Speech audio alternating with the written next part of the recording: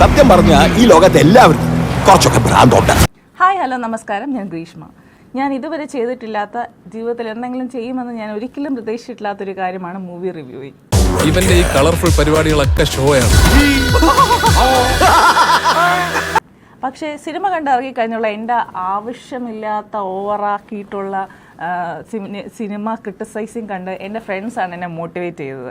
അവരെനിക്ക് പണി തരാൻ ചെയ്തതാണോ കാര്യമായിട്ട് ചെയ്തതാണോ എന്നുള്ള യാതൊരു അറിവുമില്ല. മൊത്തത്തിൽ പറഞ്ഞ അവൻ ഈ ഫീൽഡിൽ നല്ല എക്സ്പീരിയൻസ് ഉണ്ടെന്ന് സാരം. എന്തായാലും ഇന്നൊരു സിനിമ ഞാൻ കണ്ടു.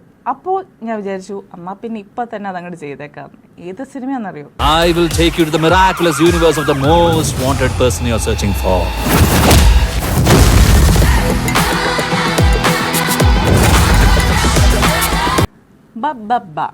ഭയഭക്തി ബഹുമാനം ദിലീപിൻ്റെ പുതിയതായിട്ട് ഇറങ്ങിയ സിനിമയാണ്. പല കാരണങ്ങൾ കൊണ്ട് തിയേറ്ററിൽ പോയി കാണാൻ എനിക്ക് കുറച്ച് സമയം എടുക്കേണ്ടി വന്നു. ഈ സിനിമ എന്തുകൊണ്ടാണ് ആളുകൾ ഇത്രയും നെഗറ്റീവ് പറയുന്നതെന്ന് എനിക്ക് മനസ്സിലാവുന്നില്ല. ലോജിക് ഇല്ലായ്മയ്ക്ക് ഒരു ലോജിക്ക് വേണം, അതില്ല. ഒന്നുമില്ല. ആദ്യം ഇന്റർവെൽ വരെ കുറേ സീരിയൽ. ഇത് ഒരു പക്ഷേ ജെന്യുവിനായിട്ടുള്ള ഓഡിയൻസ് ഈ സിനിമ കണ്ട് ഇഷ്ടപ്പെടുന്നില്ല എന്ന് പറയുന്നുണ്ടെങ്കിൽ അതിൻ്റെ റീസണായിട്ട് എനിക്ക് തോന്നുന്ന കുറച്ച് കാര്യങ്ങൾ. ഒന്ന്, സിനിമ ആളുകൾക്ക് ഫസ്റ്റ് ഹാഫിൽ കണക്റ്റ് ആയിട്ടുണ്ടാവാൻ സാധ്യതയില്ല. അതിൻ്റെ ഒരു റീസണായിട്ട് എനിക്ക് തോന്നുന്നത് വളരെ ഓവർ ഡ്രമാറ്റിക് ആയിട്ട് എക്സ്പ്രസ് ചെയ്യുന്ന ഒരു നായകനാണ്. നായകനായിട്ടുള്ള ദിലീപിൻ്റെ ക്യാരക്ടറിൻ്റെ സിറ്റുവേഷൻ ആക്ച്വലി എന്തുകൊണ്ട് അയാൾ ഓവർ ഡ്രമാറ്റിക് ആകുന്നു എന്നുള്ളത് ആദ്യമേ കാണിച്ചിരുന്നെങ്കിൽ ആളുകൾക്ക് കുറച്ചും കൂടി കണക്ട് ചെയ്യാൻ പറ്റുമായിരുന്നേനെ എന്ന് എനിക്ക് തോന്നുന്നു. അത് ആ ഫസ്റ്റ് ഹാഫിൽ ആളുകൾ കണക്ട് ചെയ്യാത്തത് കൊണ്ടായിരിക്കാം ഒരുപക്ഷെ ഈ നെഗറ്റീവ് റിവ്യൂ. 2, ഈ സിനിമയ്ക്ക് ലോജിക്ക് പ്രതീക്ഷിച്ച് പോകരുതെന്ന് ആളുകൾ മുമ്പേ പറഞ്ഞിരുന്നു. ലോജിക്കൊക്കെ സിനിമ കണ്ടു കഴിയുമ്പോഴത്തേക്കും എവിടെയെങ്കിലുമൊക്കെ കണക്ട് ചെയ്യുന്നുണ്ടെങ്കിലും ഒറ്റ ഇരിപ്പിൽ നമ്മൾ ഓൺ ദി ഫ്ലോ കാണുമ്പോൾ ആക്ച്വലി ഒരു കണക്റ്റ് നമുക്ക് കിട്ടുന്നില്ല. അത് ശരിയാണ്.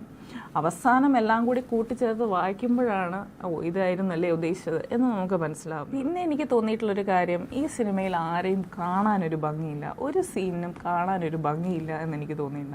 ആകെ വണ്ടികളെ കാണിക്കുന്ന കുറച്ച് സീനുകളല്ലാതെ മറ്റെല്ലാ സീനുകൾക്കും കാഴ്ചയിൽ കുറച്ച് ഭംഗിക്കുറവുള്ളതുപോലെ എനിക്ക് തോന്നി. അതെനിക്ക് കുറച്ച് വിഷമം തോന്നിയൊരു കാര്യമാണ്.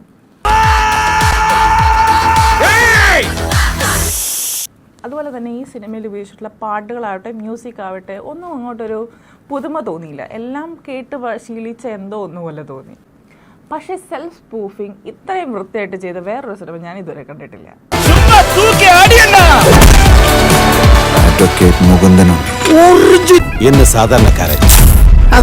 സാധാരണക്കാരൻ അതിപ്പോ പറയാൻ കഴിയില്ല.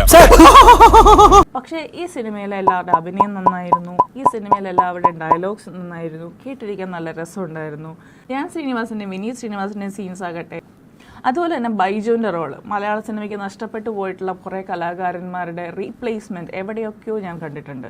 പിന്നെ ക്ലൈമാക്സിലെ സർപ്രൈസ്, ഇതിനൊരു സെക്കൻഡ് ഹാഫ് ഉണ്ട്. I M waiting for it. പിന്നെ മലയാളി ഓഡിയൻസോട് എനിക്ക് പറയാനുള്ള ഒരു കാര്യം, ചില കാര്യങ്ങൾ സില്ലിയാണ്, അതിനെ വെറുതെ കോംപ്ലിക്കേറ്റഡ് ആക്കാതിരിക്കുക. അതുപോലെ തന്നെ റിവ്യൂ ദൈവങ്ങൾ പറയുന്നത് കേട്ട് മാത്രം സിനിമ കാണാൻ നിന്നാൽ നല്ലതൊക്കെ നമുക്ക് നഷ്ടപ്പെടും. ഡയലോഗൊക്കെ കൊള്ളാം, പക്ഷേ ഇതൊക്കെ ആളറിഞ്ഞ് പറയണ്ടേ കുട്ടാ. ഈ സിനിമ തിയേറ്ററിൽ തന്നെ കാണേണ്ട ഒരു സിനിമയാണ്. OTT പ്ലാറ്റ്ഫോമിലേക്ക് വരുമ്പോൾ സൗണ്ടും വിഷ്വലും ഒന്നും പ്രോപ്പറായി കാണാൻ പറ്റാതെ ഇഷ്ടപ്പെടാതെ പോകേണ്ട ഒരു സിനിമയല്ല ഇത്. തിയേറ്ററിൽ പോയി നല്ല ആസ്വദിച്ച് കാണാം.